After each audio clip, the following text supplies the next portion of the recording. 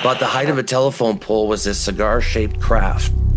And the light came directly from underneath the craft. There was no spotlight, and it was perfectly cut. There was no light bleed like you would if you had a flashlight. Perfectly cut. And it hovered above my brother and I for a little bit, and then, dude, at 80 feet, never made a noise, just glided through the sky. Knock, knock, knock. I woke up in a tank or a vat. It was filled with this yellowish liquid. There was a few bubbles going up with two gray entities. The one on the left said, he's becoming aware, he's becoming conscious. And the one on the right said, I know. I brought up my arm, and it wasn't my arm. We're being tagged. Whitley Strieber could go from New York to Arizona, and they'll find you.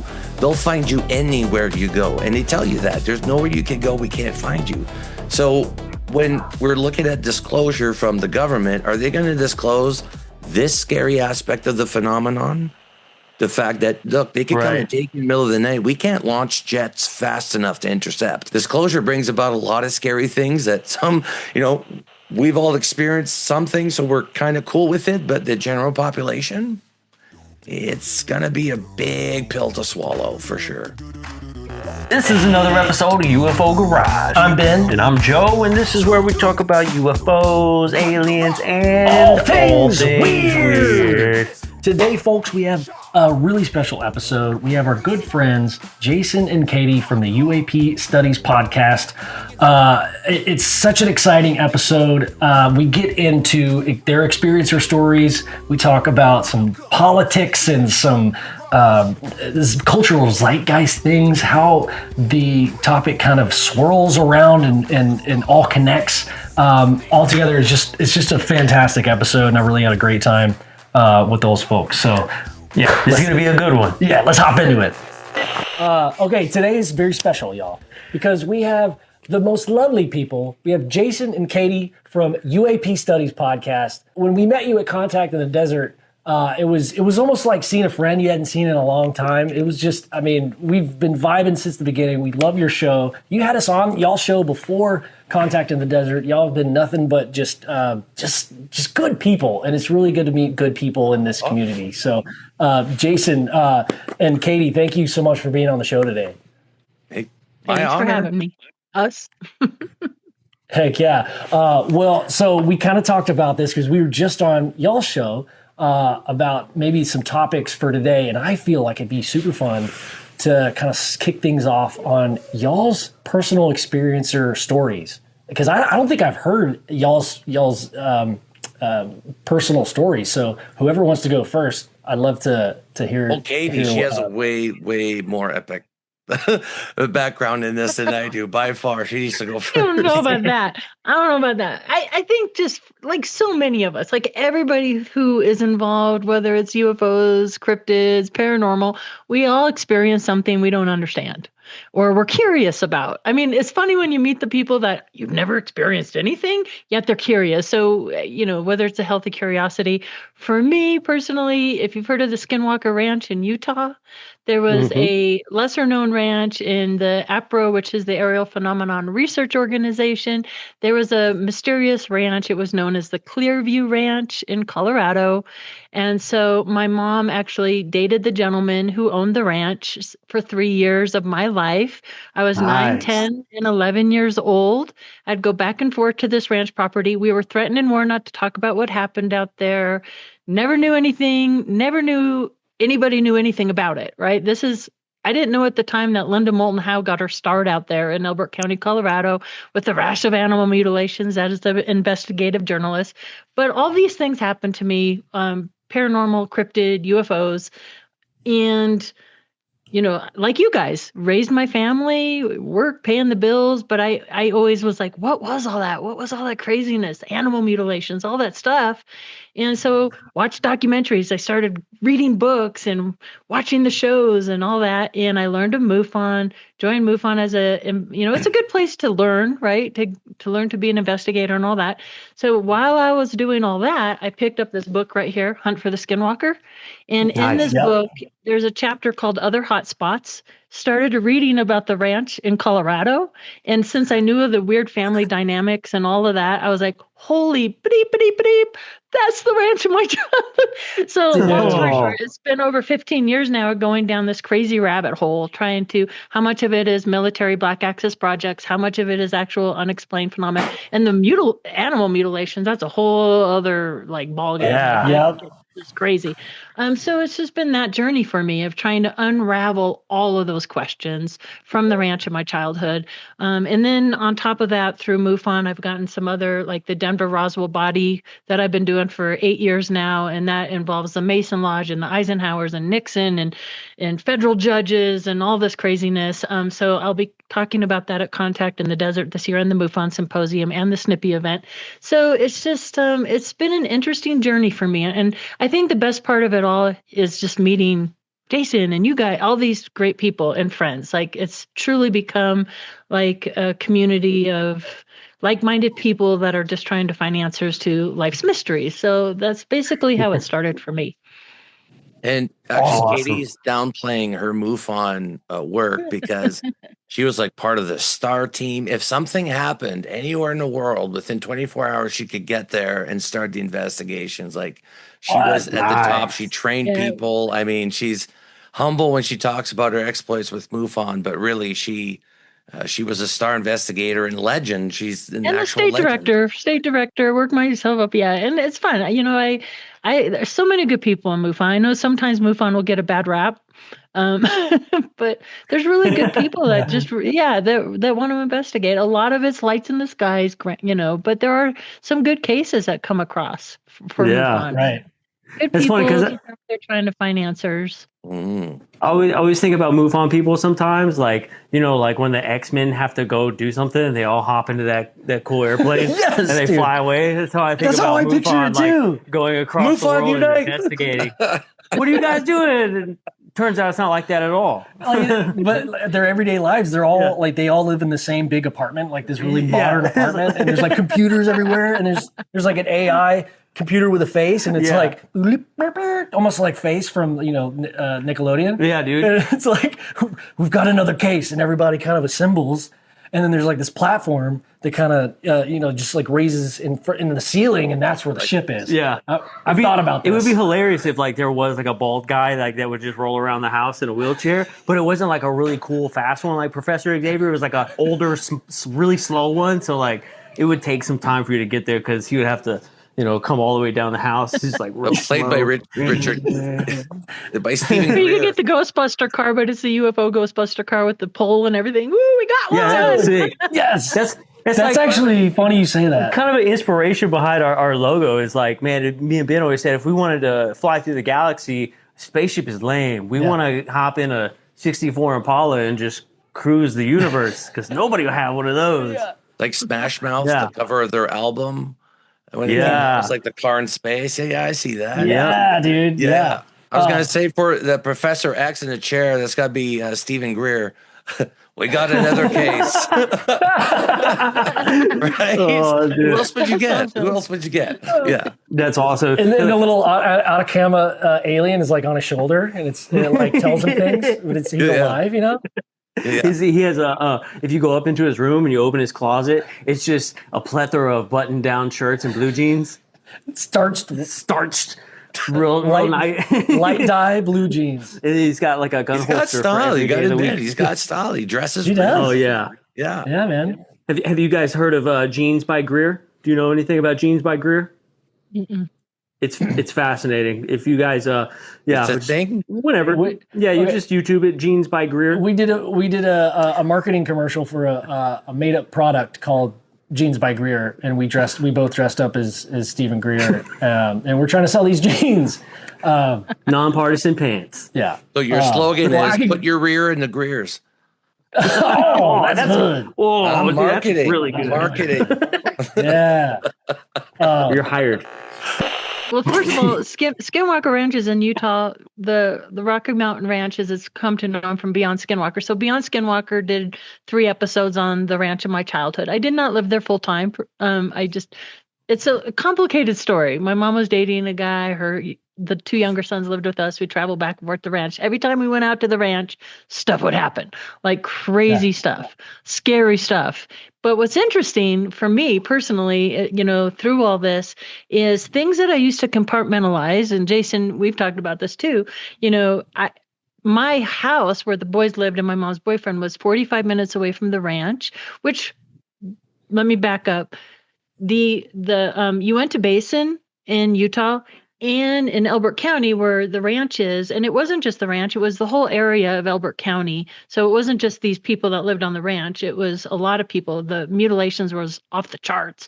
But we have the Palmer Divide. So they're very similar. With aquifers underground being highly magnetic areas, the terrain is very similar. The rocks and minerals that you find there are very similar. And I have found that across the country and around the globe that these high-strangeness locations have that in common. But yes, I experienced a lot of personal things, both on the ranch and at my home away before the hitchhiker phenomenon was really known and recognized. So I had the tall shadow figures in my room. I had an experience with what I felt was an intelligent, like, blue orb in my bedroom. What was interesting about the blue orb encounter, my kids, I raised 5 kids, 4 boys and a girl. My boys were into Legos. And I had a bucket of Legos in the bedroom, and it was a red, when they had the Duplo blocks, the bigger Legos. Yeah. And that bucket the bucket fell over and woke me up. Okay. And this is when I first started investigating the ranch. So I'm just learning of Dr. Leo Sprinkle and all the PhDs and all the stuff going on. So the Lego bucket falls over. The house behind us had an auto light that would flash on and off, and it was just going crazy. And I'm like, what's going on? And in the corner of the bedroom was this basketball-sized blue orb, and it seemed intelligent to me. And my ex-husband at the time, I'm like, Steve, wake up. Like, I need somebody to look at this, right? And he saw it for a minute, but the thing just went like this. It was the wildest thing. And of course, the skeptic investigator side of me is like, okay, there's the smoke detector. It wasn't that light. It's not the cable box light. I was trying to rationalize what I had experienced. But then fast forward, I get the book, Skinwalkers at the Pentagon. They talk about these blue orbs in this book right here. They talk about it, and they said, don't assume it's extraterrestrial in nature, meaning, like, do we have that technology? Which crazy. So yes, the answer to that is yes. I experienced, they had animal mutilations on the ranch. I had encountered these strange boxes. I had, the family experienced cryptid sightings and things like that. So the disembodied electronic voice, which might have been plasma ball technology. So to kind of wrap it all nicely for you, I do believe some of the stuff we experienced was black access. Like there's some hint at MK Ultra kind of stuff going on at the ranch. And then some of it's left unexplained. The animal mutilations, in my opinion, still, unexplained. So both things were going on. And you firsthand witnessed the cattle mutilations, like you've seen it with your own eyes. Oh yeah. And the interesting thing too, the big question is it still continuing to this day? And the answer to that is yes. There are animal mutilations still occurring. We're working with a family right now, a very credible family, military family that live in the Black Forest that are having all sorts of trickster encounters. Just interviewed a firefighter, very credible man who witnessed a UAP, an unexplained UFO, out there in Elbert County. So stuff's still going on to this day. And to me, that's the important part of this work, is to connect with and talk to people that are still experiencing things now and trying to help them sort out what's happening in their lives. Because it can be very trickster in nature. So, yeah. Dang. Interesting. That's wild. What a great investigator, though, right? To have somebody who's had experience be an investigator to her level. Yeah. Like, what a great contribution to, this field by far. Thank you. Seriously. How do you, and I guess I don't even know, like, your full opinion on this, but some people would classify them together. Some people would classify them separate. Being in these areas, is there a way that you are able to discern hey, this looks technological, or hey, this looks more kind of spiritual in a way? Is there a way to differentiate that? Yeah, that's a really great question. Really, really great question. Because what do our military and government like to do with things they don't explain? What things they don't understand? They want to weaponize it. They want to use it to their advantage. They want the power behind it, the control around it. And that's certainly the case. And I think it's been the case since the late 40s, 50s, 60s, 70s. And you go into the MK Ultra kind of stuff, that plays an important role. But for me personally, I think both things are, first of all, I don't believe that they understand it as much as some people believe they understand it. I think this boils down to the nature of reality itself, the power of each individual human on this planet, and what we have the capacity and power to do. And I also believe that we play a very important role in the phenomena itself. So you can have, and this goes for ghosts, paranormal hunts, everything. You can go have a skeptic who is just so in the material world, nothing will happen and you're not going to convince him otherwise. Then you have somebody who, through disassociation, we've talked about this, Jason, right? The artistic people, the musicians, the artists, the people that are open to these things, that at least are curious. You have to have a healthy dose of curiosity to experience anything in the first place. So I think we manifest some of this stuff. And I think it's contagious, so it can affect a whole town. It can affect a whole area. And then you take the hot spots that have high electromagnetics and crystals in, like the San Luis Valley, for example. We did the whole Snippy book. That's a whole other thing. But you take all these elements and then you put the right individuals in those places, and then you have the magic. That's what happens. Yeah. Yes. It's pretty interesting. Yeah, because that's one thing that I've been looking at lately is like, on our last episode, we had talked about, like, technology does things up to a certain point. And we obviously, if it's technology we've never seen, it would appear as like magic. It could even appear as some spiritual thing that just happened to you because you just don't know what that is. However, it's technology.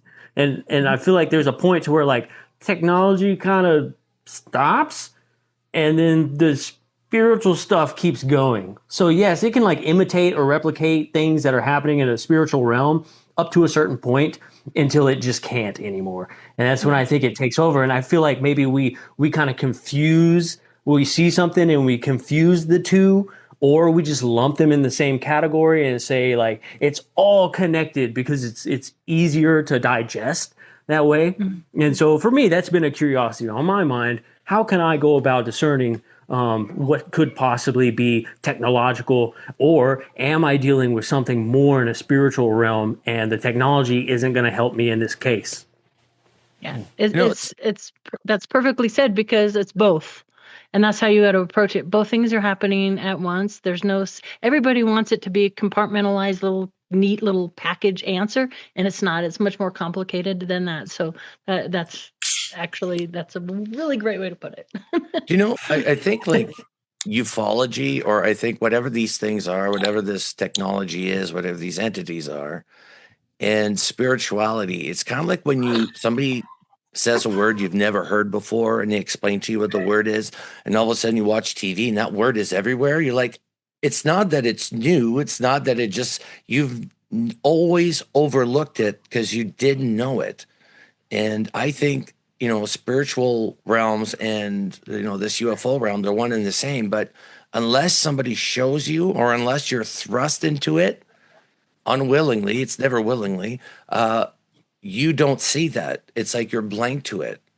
And, that's why it's hard for people to talk whether about their faith or their spirituality or UFOs, because if you've never been introduced to that word, let's say, it's beyond you. You can't fathom it. You don't even hear it. It's not even on your radar. So yeah. Sorry, I just I've heard people discussing like maybe an abduction experience, and they'll have a conversation with the entities, and even these entities will be like, well, we answer to source, and they'll be like, well, what is source? And they're like, well, it's just this cosmic knowing, like we don't see it, like it just kind of is, right? And it's like, okay, I'm taking that example and I'm pulling it apart, and I'm saying, okay, they have a higher understanding of the spiritual realm, but they're also technologically advanced. And they are very technologically advanced, so much so that we would be like, yo, that's spiritual. But on their spiritual understanding, they still understand that there is something bigger out there, you know? So like even to them, there's like this whole higher level up there of like, yeah, there's something, right? And it just always made me curious. Like, what are they describing? What are they talking about? They're obviously technologically advanced. We can give them that. But what is this other thing that they're talking about? You know, it's just very fascinating to me. And maybe that's what the secret societies are holding secret, right? I'm curious, Jason, about your backstory. Yes. Because we don't get to talk about this very often. Yeah, I was thinking about this.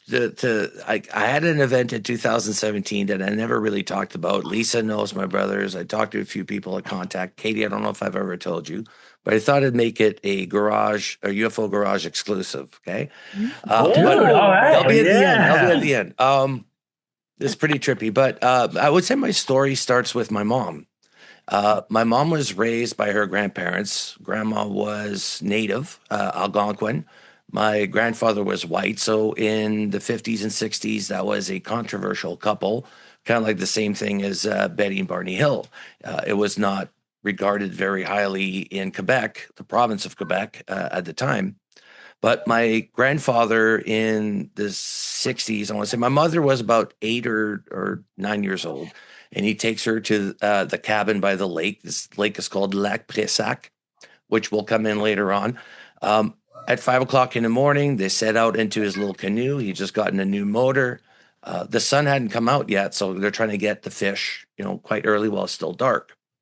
She said they reached about the middle part of the lake where Grandpa knew the fish was good. She said they haven't even casted the first cast yet. Just hit the water, and they got hit by a bright light that was directly above them. This is like it's dark, right? It's the middle of the morning. And when they looked up, and this thing is just silently above my grandmother and my grandfather were sitting on the boat, useless.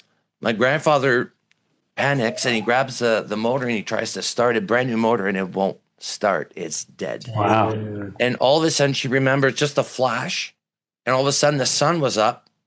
This thing's still above them, but her and Grandpa are just looking at each other in the boat, just rocking side to side. He's sitting by the motor, and they're all dazed and confused. They don't know what happened. And then she looks at this thing and goes, it just flies right up like they always do at a high velocity. I asked her, did you have any memories, any dreams of, entity? She goes, no, I don't recall anything. But I talked to Grandpa a couple of years later, and she said, hey, do you remember that incident in the boat? He goes, you do too, don't you? She goes, yeah. He goes, yeah, it's not the first time I've seen it. So I think it was from, that side, he was the abductee. Later on, my mother would have me and my brother, Bruce, twins, and she was to have another set of twins right after us, except at 3 months, one of the twins missing, and the other one was just left behind. She thought maybe she had dropped the baby in the bathroom that morning, but there was no signs of it. She doesn't know anything about this. We do, subject of twins being in hybrids and all that. So I always thought it was interesting. When in 1987, we moved out to British Columbia, Pacific Northwest, in Chilliwack, which is part of the Fraser Valley. And it just so happens to be one of the most active hotspots in the world. And David Paulides absolutely loves my backyard because people go missing all the time. So it's not only UFOs and Bigfoot, but people go missing at a volume that is like, it raises concerns. And then since we moved out of here in the farmlands and stuff, we would always see like a disc in the distance above the farmlands. And we used to have military here, and they flew jets and stuff like that. And these discs would just hover there. And I always wondered, how does the military not chase these things? It would sit there for hours. One day, my older brother called us up to his room because one of the discs had approached the house. It was only 3 houses down, and it just hovered. It didn't do anything. And a few years later, we're on another farm we were staying there because my parents were gonna work on the house, and we got like a discount on this farmhouse that was dilapidated, and it's like these old barns in the back that was very dangerous to play in. But it's that early 1990s, I think it was 1990. So that's what we did, and I didn't recall this as much as my twin brother did, and he told me about this. But we were in a field in the back, and one of these black circles was above us, and we would run to one end of the field and it would follow us. It played with us as we were running underneath it. It was, and then all of a sudden went, and it just disappeared to the next town over at such a high speed that we freaked out and we ran to the house. Now, that was already, as kids, twins seeing events, and you find out later on that this is actually quite prevalent amongst twins. But in 1994, September, same month as the aerial school event, we were living in a small mining town, very important to note, called Cadillac, Quebec, which was only 20 minutes away from Lac Pressac, which is where my mom had her experience when she was 8 years old. My twin brother and I are 13. We were dirt poor growing up, so we were heading back home to our trailer park. Sounds trailer trash, I know. Every UFO story starts like this. But I'm being doubled on the bike because, when you're poor, you have one bike, and you're twins, you make do. And as we're approaching home, we get hit with this intense, bright red light. Now, most people see something in the sky. We didn't. It came at us from behind. We never saw it coming. And my brother stopped the bike because we just couldn't go anywhere. It was so bright. And when I'm looking down and I'm opening up my eyes just a bit to see my shoes, every rock around me, every hair on my arm, everything was lit up red, like it came from the actual material, not from the light beam coming from above. It was so trippy. And when I looked up, maybe, and I'm saying 80 feet, I'm being generous in height, it could have been 70, but about the height of a telephone pole was this cigar-shaped craft. And the light came directly from underneath the craft. There was no spotlight, and it was perfectly cut.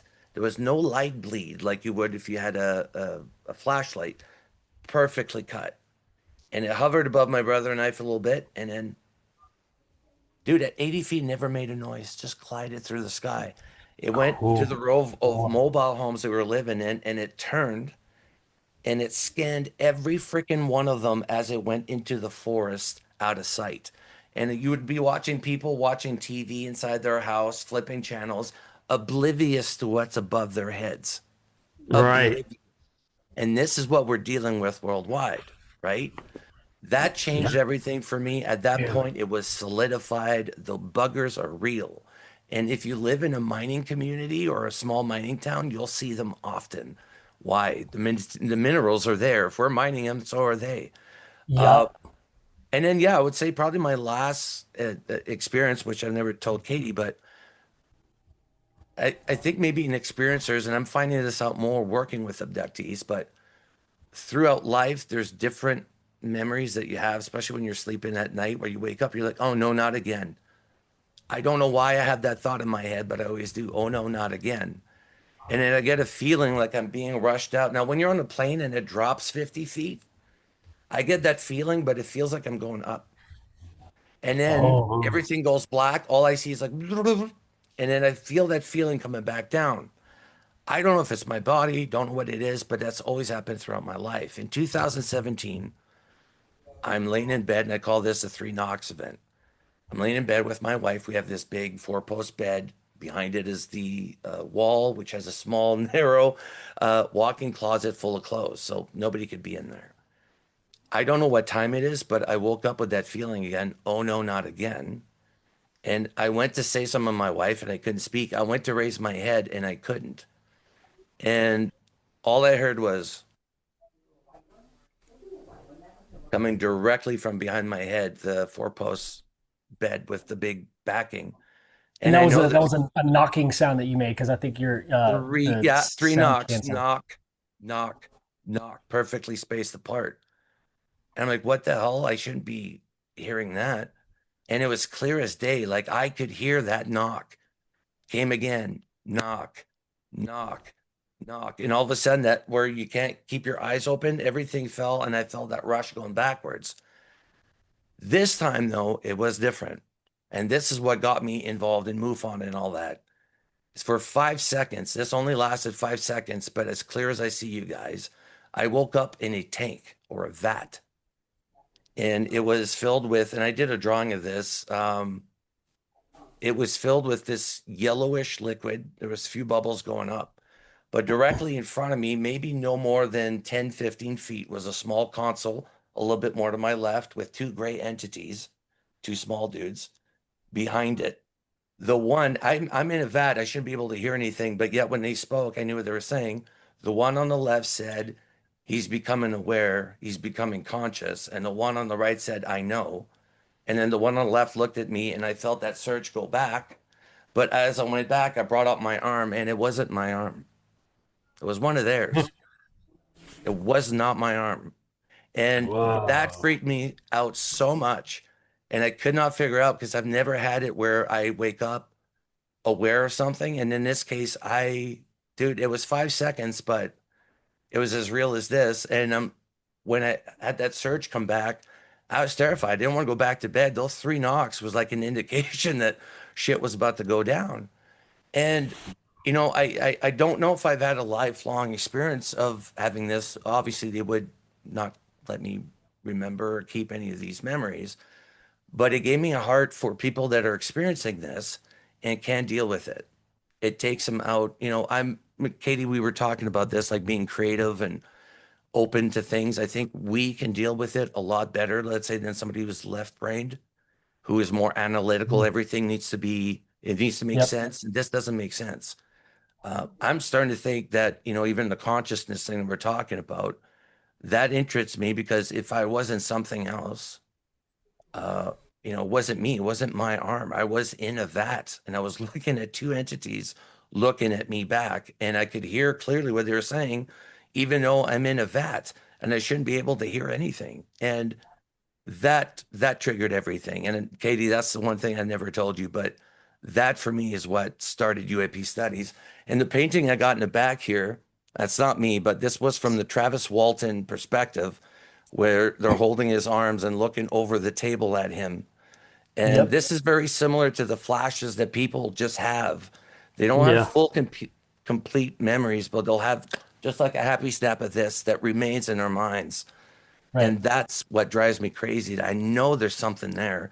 And even though we're all obsessed with, the technologies, it's these fucking guys. Sorry for my language, but it's these guys that is behind this. And I've been fascinated with this ever since.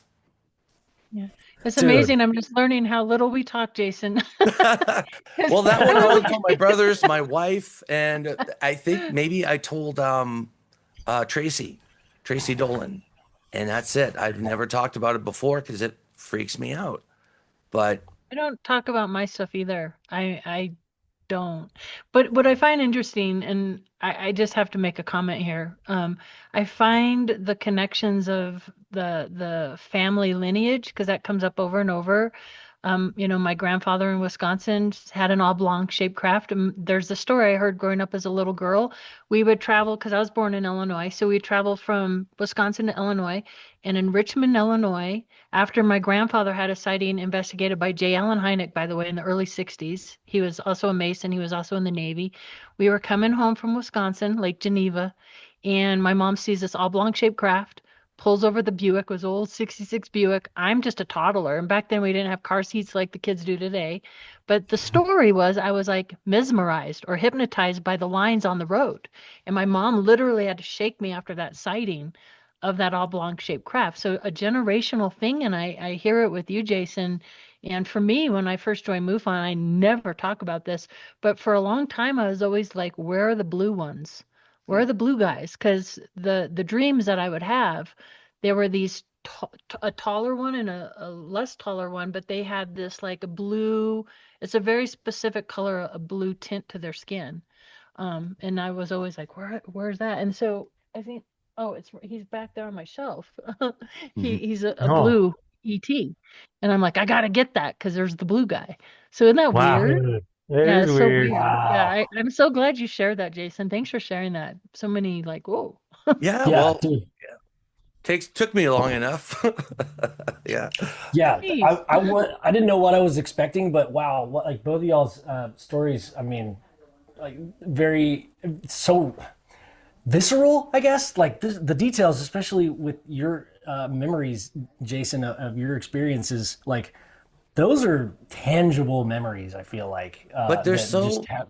they're so disconnected from, do you know what I mean? It's like a fragment of something that's like, well, that can't happen. It didn't fit the narrative of my life. Like there's no way it could be there. And if it wasn't for the physical sensations that I get before and after the not being able to move in bed, and like I said, every freaking time that it happens, I go, oh no, not again. Oh no, not again. Mm. And I heard some other people say that they think that when it happens, oh no, not again. And then it gives me goosebumps because I'm like, how many of us are saying that? You I like mean, it Yeah. roller gave me coasters? goosebumps. Yeah. You like roller coasters, Jason? Yeah. Yeah. Oh, do you? I hate Okay. I hate roller coasters. Anything that drops. Oh, here's the thing.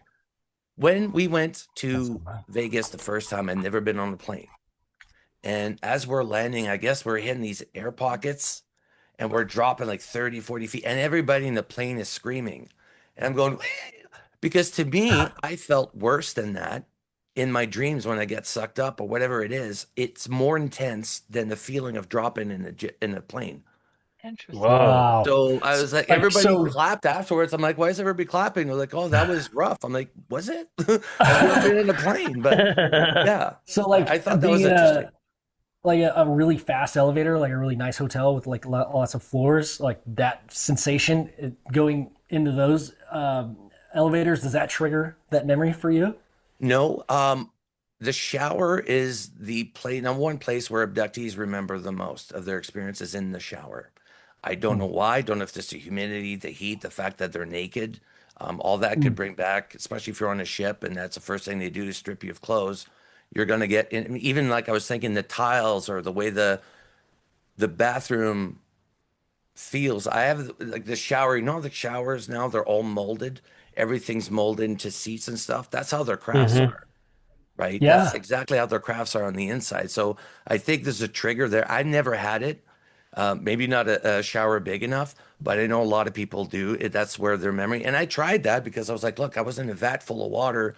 You think maybe it Right. would trigger it, but it's not the same. It's just I've not the actually same. I've got a theory about that because I have heard that that's a common thing where showers will trigger some kind of memory or flash of a memory. And my theory is that it's the frequency vibration that the water droplets are creating, and then the whether your shower is glass or what kind of, depending on the material, kind of amplifies that vibration that gets you back into the mental state of the same kind of technology that these entities would use to put you in that meditative state in the first place. So Right. it's like kind of resonating back to that, because I think they're using some type of technology to that's sonic, that's using some type of vibration that affects our processing in our brain, like really specifically. And So all I five of think, your senses are affected. yeah, Right? yeah. One of the main things, and we talk about this quite a bit, is the sense of smell. Nobody remembers a smell inside. Why? Smell is the closest Mm, thing to triggering your memory. If you smell a cookie or your grandma's perfume, it takes you right back to like decades ago, like Yep. momentarily. If you right. smell something that would trigger that reaction again, like I said, there's manipulation there. And I think we have limited senses as entities on this planet. Five senses is not a lot. And even the five senses that we have, we're very limited. We can't smell as good as a bear or a hound can.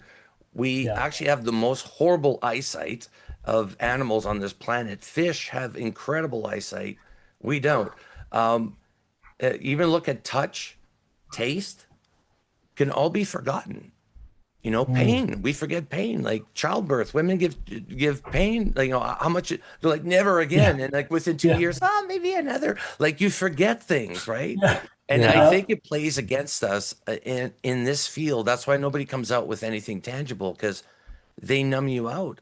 There's people that are on crafts that remember their brothers being there. Let's say like a twin brother, but the twin brother is in the state, and the twin brother's in the state. He won't remember any of this.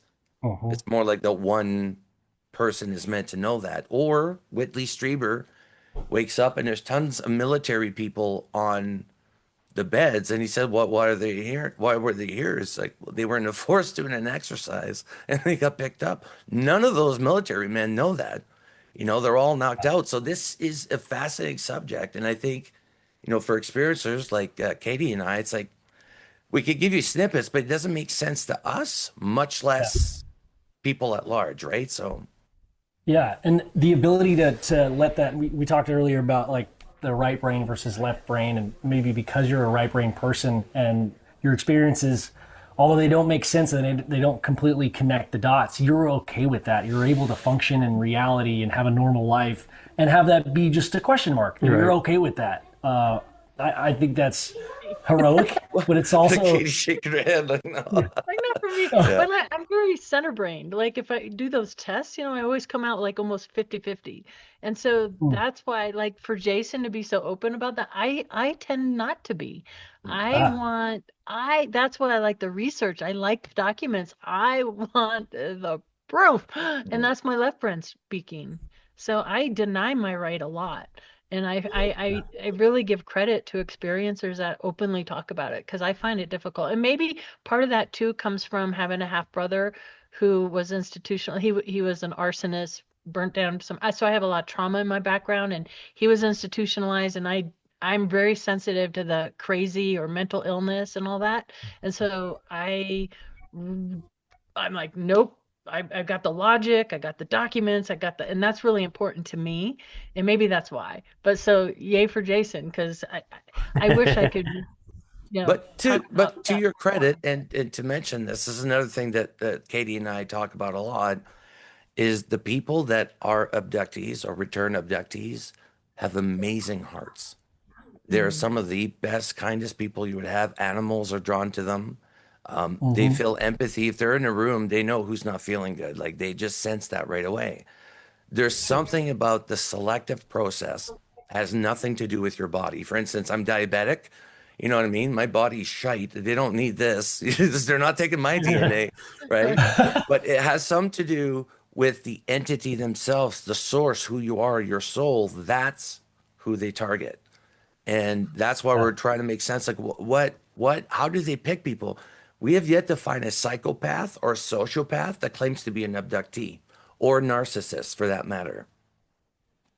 That is true fact. We can't find anyone that is in that sort of category. Everybody is kind-hearted, nice.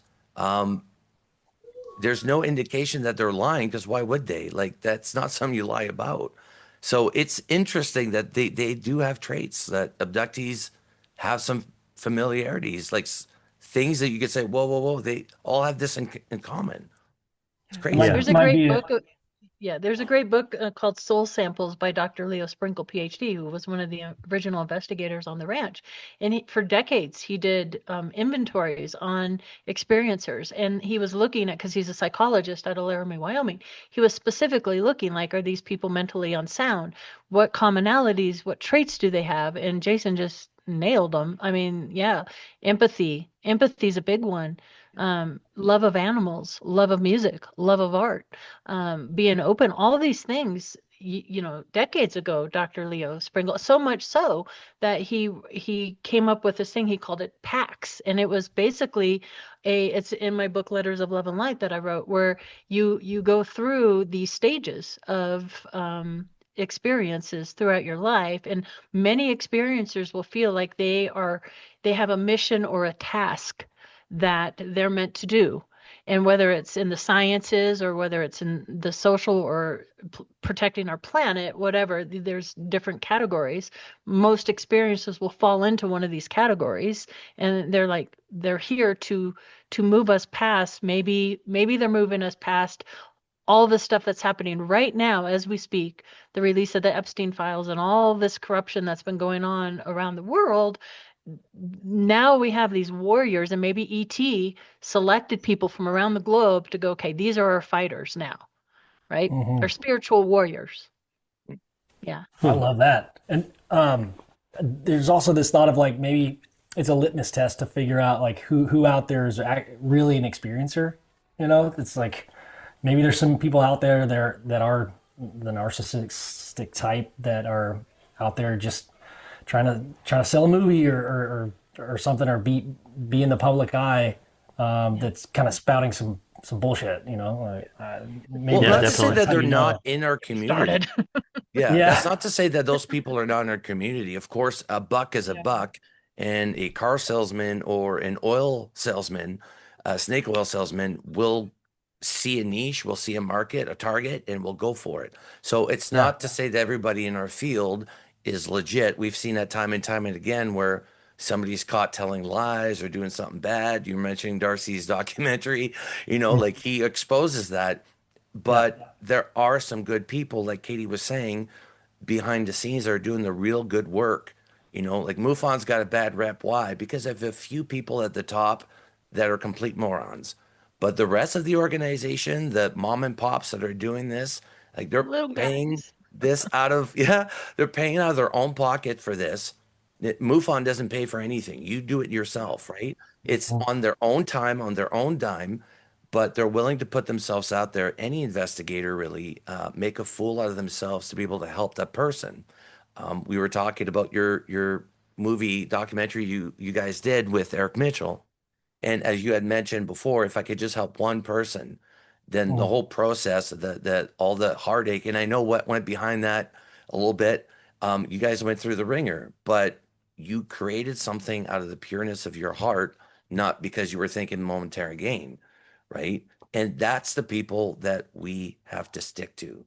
The good-hearted people that, their story never changes. It's not like, I forgot to tell you, there was an alien wearing a top hat in the back.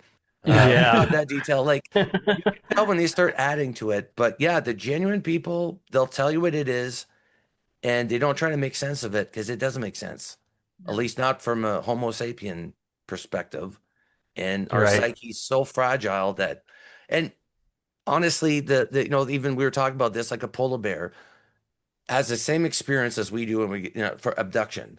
It's minding its own business. There's something in the sky following it. It freaks out suddenly. It can't move.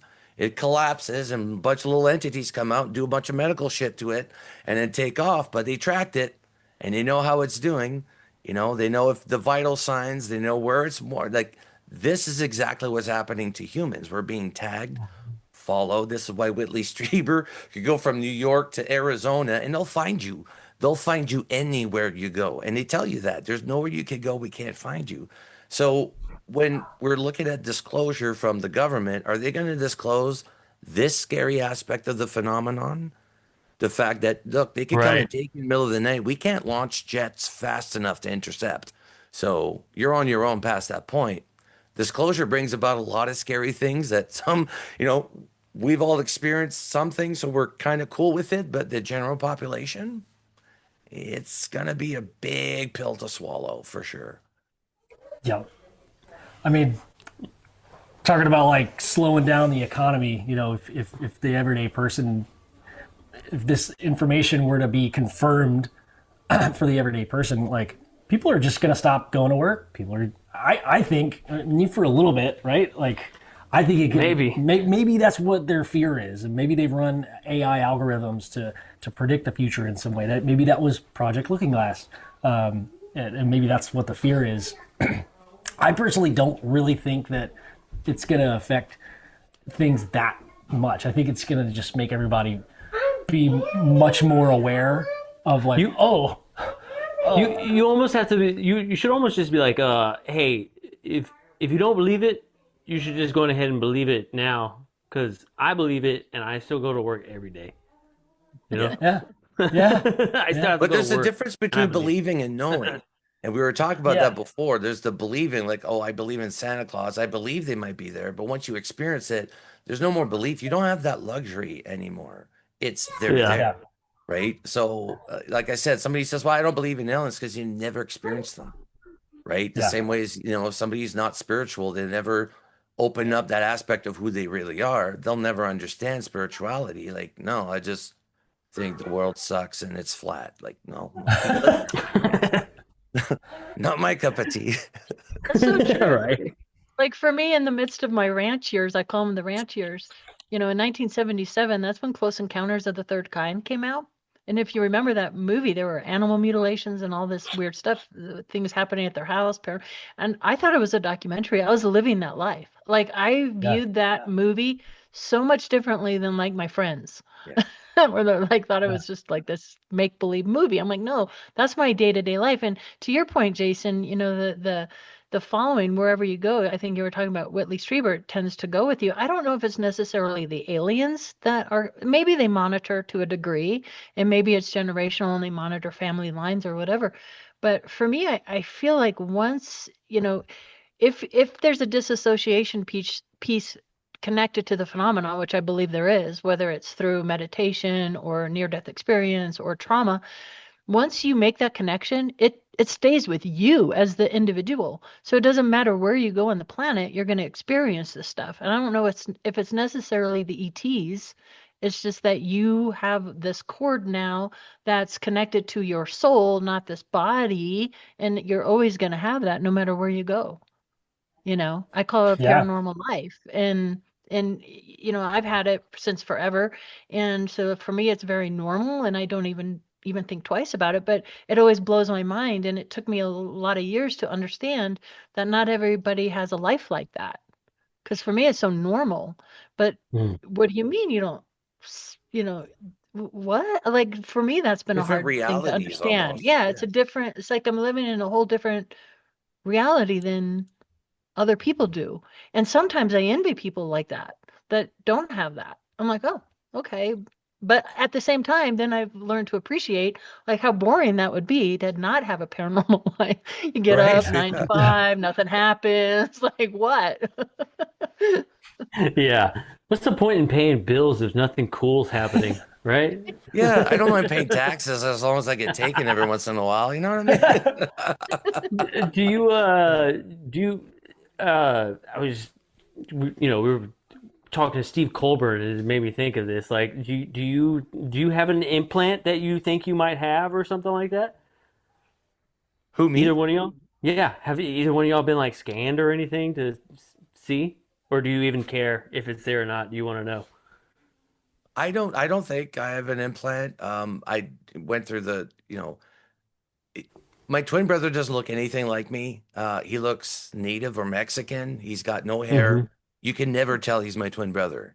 I question my mother a lot about the validity of of my dad, because I'm pale, blue eyes. My brothers are brown eyes, dark skin. I have no Same skin with my pigmentation. siblings. That's so Isn't that funny?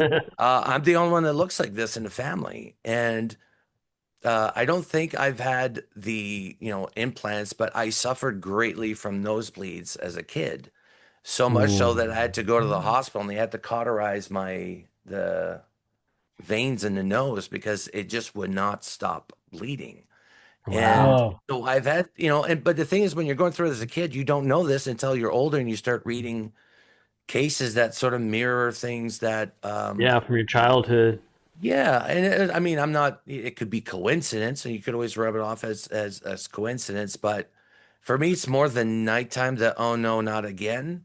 The last time that happened with the three knocks incident, and I heard the three knocks again since then, but I don't recall anything after that. That was the only one, but it freaked the shit out of me. I'm not gonna lie to you. That was the first time that yeah, I got scared. I didn't know how to handle that. One lady at contact, she goes, well, do you think you were a baby in a vat? And I'm like, no, that was a full grown arm that came up. And it was like long fingers. The skin was all like sick looking. And it's like, it wasn't my arm. That's what freaked me out. Because it's one thing to see the two entities. I could easily dismiss that.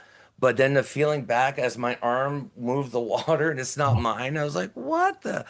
But it brings about the question of consciousness. Can my consciousness be traded from this body to another body? And if gonna say so, maybe you were the entity, Jason. Maybe it was your arm. but that opens up an old can of worms. When they say they walk among us, what do they mean? Do they have a Hmm. human experience? They're born of humans, they live these, but every once in a while they go back in and get a download or upload, whatever you want. Yeah, it brings about a bunch of different perspective that we didn't think about, right? At least that's the stuff I think about when the lights go off in the room. This is Yeah. Dude. Or we were talking about earlier, mind control and how would that work? You know, if the government's done it, it could be plausible that these things are like, hey, grab somebody, put them under mind control for a little bit, and you just live your life not realizing that maybe you're under mind control right now. It makes me think of people that have like split personalities or like multiple personality disorder. Like maybe that's just a body, a hardware that is not adjusting to the programming. What's up, baby girl? When I was jumping and my mom jumped, they were jumping too high and high and faster, and then one bone broke, and then one bone moved. See, this is the difference that their audience is going to notice now. They're family men, you know. What moved? The bone? Oh, are you okay? Is it okay? Okay, that looks good. It's not right Does there. it hurt? It's here. Oh, your ankle bone. You have to go to Walmart and get a new bone later. It's Oh, right on the inside. here. Oh, okay. Well, did it hurt? Are you okay? Yeah. Okay, good. Good job being tough. You're so tough. Sorry. Proud of you. Love you. She waved by. Yeah. So but the idea of like, oh yeah, that's what I'm saying. The split personality, the multiple personality disorder. Like, I wonder if that's just a case of the hardware not computing with the software. Like, if this whole thing is a simulation in a sense to where they can come live, like you said, Jason, the human experience for a little while. It's like a video game to them, and we never know when they're a part of our consciousness. So that now I'm getting... They don't even know of it themselves. That's another aspect, that they don't even know they're hybrids. The government does. That's why they're always out stalking, or, you know, if they have an abduction, all of a sudden they get a knock on the door by MIB. It's like, how do you know? How do you know it was taken? Well, we keep tabs on all the hybrids, right? This is far possible. And like I said, with the disclosure thing that's happening, it's like, it sounds like it's going to be amazing, but it's the tip of the iceberg to the monster that's underneath. And that in and of itself, when we find out about the crimes, there's human trafficking involved. If you think the U.S. government hasn't trafficked human to these entities in return for favors, we're greatly mistaken. They would throw any one of us under the bus any given day for an advantage. Like, human life, it's cheap as far as they're concerned. So, and it's finding out exactly where we are on this level of, we're talking about the elites or these people that don't see us as human at all. We might as well be chairs, because we don't count. We're not important. We're not part of their future. And this alien reverse technology is exactly that. Who do you think can get access to this first? The elites, the people with, oil money. They all get it. Right. What do we get? The trickle down effect.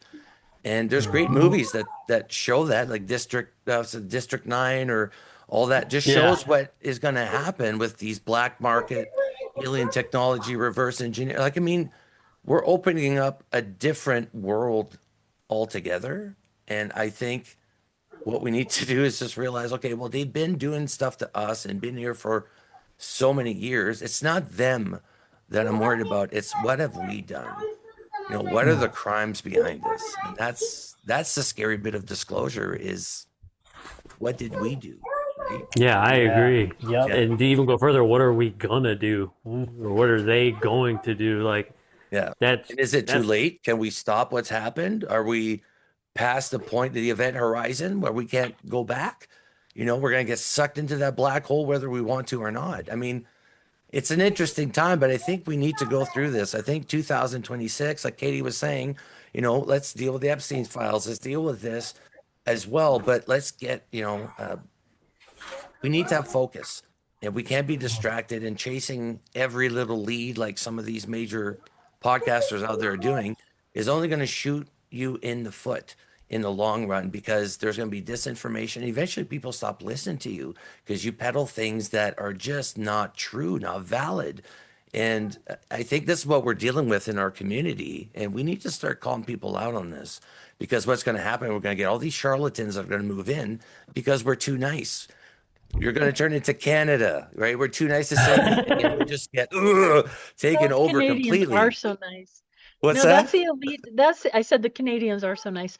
That's the elite's greatest fear, right? Is for the rest of us to all wake up to this. And I have to say, something that happened. One of the well, a lot of great things have happened since I've been a co-host on UAP Studies, and thank you for that opportunity, Jason. Oh, But I can't remember which guest it was, but he talked about the Gateway tapes. Remember that?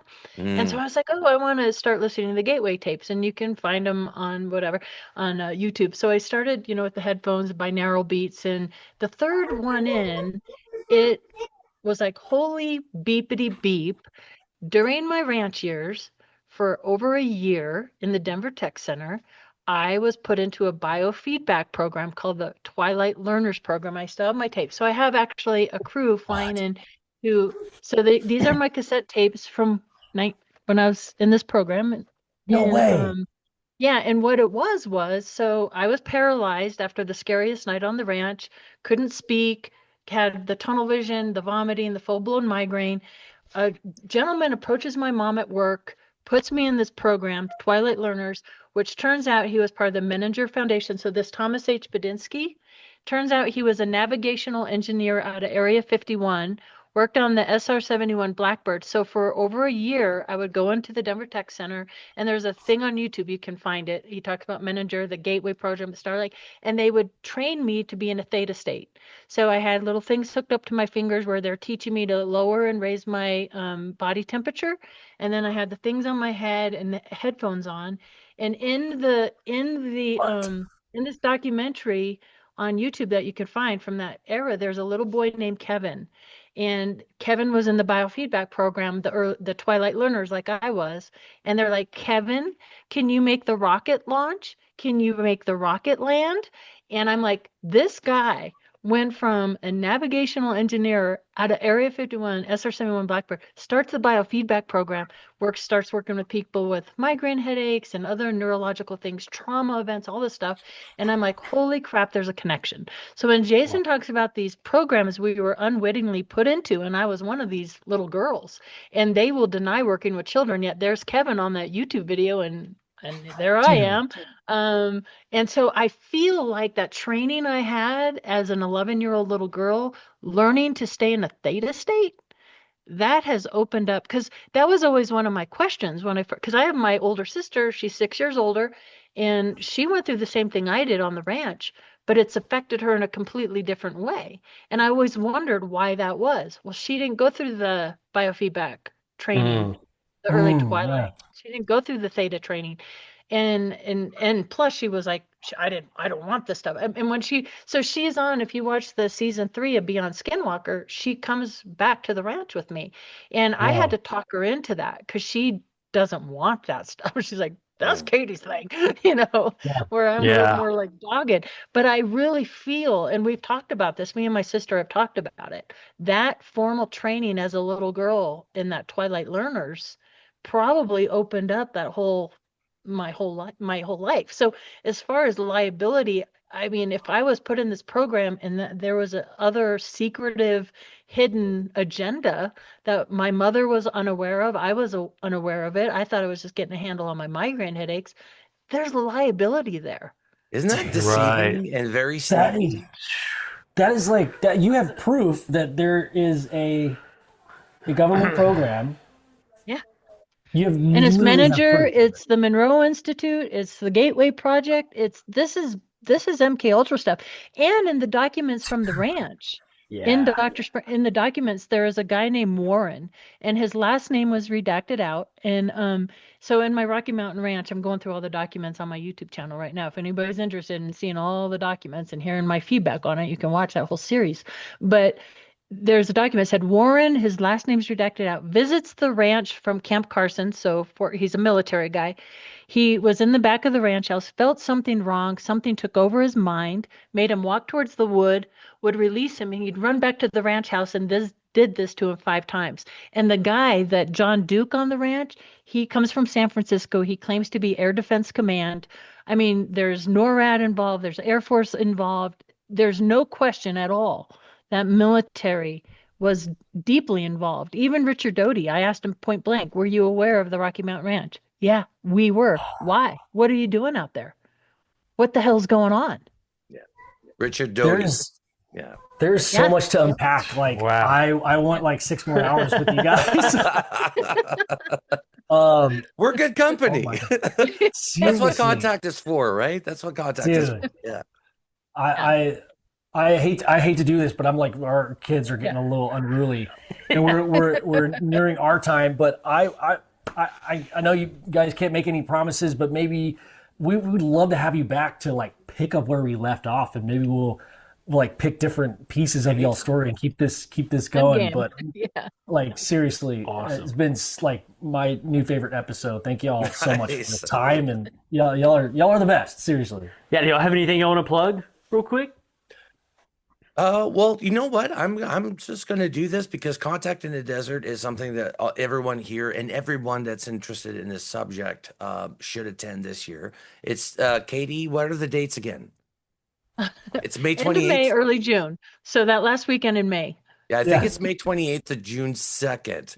But it takes place in California, looking at the Renaissance Hotel in it's a beautiful Indian place Wells? to hang out. Yeah. It's hot. I'm not gonna lie to you. If you've never been, bring 2 change of clothes per day. That's my advice. Because if you sweat like I do, holy crap! Have you been in a pool? No, I haven't. A lot of walking. Yeah, but I would say I will shamelessly plug that I will be presenting at Contact this year, and also the MUFON Symposium and the Snippy event in August. And what I'm going to be presenting on is not the Rocky Mountain Ranch. It's not the Snippy the horse case. It's something I've been working on for over 8 years with the help and support of Don Schmidt with the Roswell body. So Brigadier General Arthur Exxon said one of the Roswell bodies ended up in a mortuary outfit in Denver. And I've been investigating this hardcore for over 8 years, and I'm ready to push it out in the world. So I will be sharing all of that information at Contact in the Desert this year. I'll probably be on Monday. Put me on Monday, but that's okay. I appreciate but the if you bring the body, it has an Eisenhower Nixon connection. It has the Mortician connection. It has the Mason Lodge connection. And in Don Schmidt, I interviewed him, and his little part will be in there. And it's pretty mind-blowing stuff. I think I know where the body is located. And so I hope to see y'all out there. I'm anxious to get all this research out into the public domain for the first time in over 8 years. That is so exciting. Yeah. Oh my God. Okay. Well, that's so cool. We have to go. And so y'all have UAP Studies Podcast. Katie, you mentioned you had a different channel where you kind of went through some of the tapes or your experiences. Could you plug that as well? Yeah, it's called Rocky Mountain Ranch Research with Katie Page, and you can find it on YouTube. And so that's I did a playlist that's just all the documents, and I'm reading through all the briefing documents and all the stuff that was in Leo Sprinkle's archives and John Durr and all the other people that investigated the ranch. And it's kind of been fun because I haven't read the documents back in a number of years. So it's almost like revisiting it after everything I've learned and going, oh crap, I'm making this connection now. So as I'm reading it, I kind of interject what I've learned through the years. So it's been a fun thing to kind of redo. And it took me back to my roots of why I started this all in the first place, which I love that because I kind of lost my way there for the last 6 or so. People get so caught up in clicks and likes and follows and subscribes and I did too. I was guilty of that. And then it was just like, I can't do this anymore. Let's get back to why I started it. And then I started doing the documents. And so I'm grateful for that because I'm like, oh, I remember now why I started this in the first place. So you can find that series on the Rocky Mountain Ranch YouTube channel. I love that. I love that sentiment. I feel like a lot of people are feeling that too. Just like, let's get back and like, wow, why do we like this subject in the first place? Yeah, absolutely. Absolutely. I don't even care if you subscribe. I don't care anymore. And to say the credit to Katie, it's not just because she's one of my best friends on this planet, but she's an amazing investigator and so thorough. Like when you go through her work, she leaves no stones unturned, and that's why she has to be on UAP Studies Podcast. I learned from her as much as I learned from anybody else, and I think that's the important part: is to stay humble, stay hungry, and keep the passion of this subject good, and don't focus on the ones that are going to use it for just fame and fortune, which right away should be a dead giveaway. Yeah, it's a dead giveaway. They're in it for the wrong reasons. Yeah. Yeah, man. Love that. Well, other than that, we got to figure out our set list for our band. Yes, and yeah. figure out those details. But it all comes together. 5-6 songs we can rock it this year. You know what I mean? Yeah. I'll Heck just yeah. rent the equipment once I'm down there. Yeah, right. Yeah. They've got to have music stores. But Jason, Katie, thank y'all so much again, and we'll keep in contact and hopefully have y'all on the podcast again soon. Love it. Thank you so much. Sounds good. All Thanks right, for y'all. having us. All right, man. We'll see y'all later.